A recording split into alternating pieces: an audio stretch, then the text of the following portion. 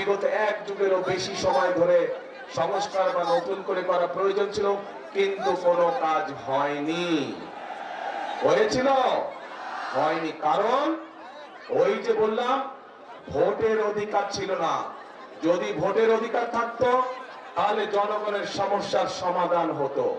যেহেতু ভোটের অধিকার ছিল না, যেহেতু দেশে নিশিরাতের নির্বাচন অনুষ্ঠিত হয়েছিল, তথাকথিত নির্বাচন, যেহেতু দেশে আমিন নির্বাচন অনুষ্ঠিত হয়েছিল, সেখানে সত্যিকারের জনগণের প্রতিনিধি ছিল না।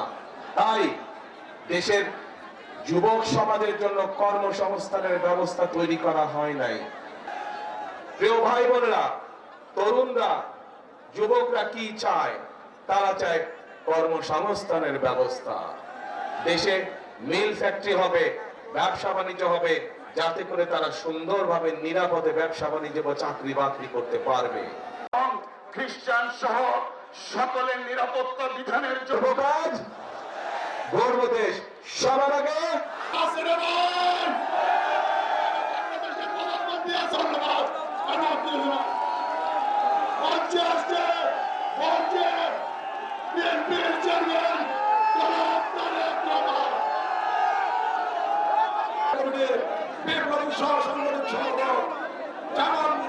জুলাই মাসে হাজারো মানুষকে হত্যা করা হয়েছে। হাজার হাইবোদের ছেলেদের পাশাপাশি সমান সংখ্যক মেয়েরা লেখাপড়া করে। নারীদের জন্য, মায়েদের জন্য, আমরা গৃহিণীদের জন্য পেয়ে গেলাম এই 4 জেলার উন্নয়ন করার জন্য। ভোট দিতে হবে। বসের নেতৃবৃন্দ, এরা সবাই পারবেন? তাহলে 12 তারিখে পরিকল্পনা আহ্বান করছে।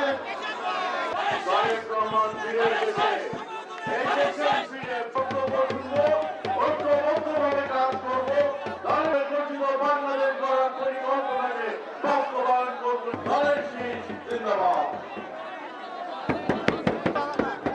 একমাত্র প্রচেষ্টা সবচেয়ে বড় বেশি প্রয়োজন। দলকে বক্তব্য রাখার জন্য অনুরোধ করছি। এই নির্বাচনে প্রচারণা সভার সভাপতি শক্তি অর্জন করে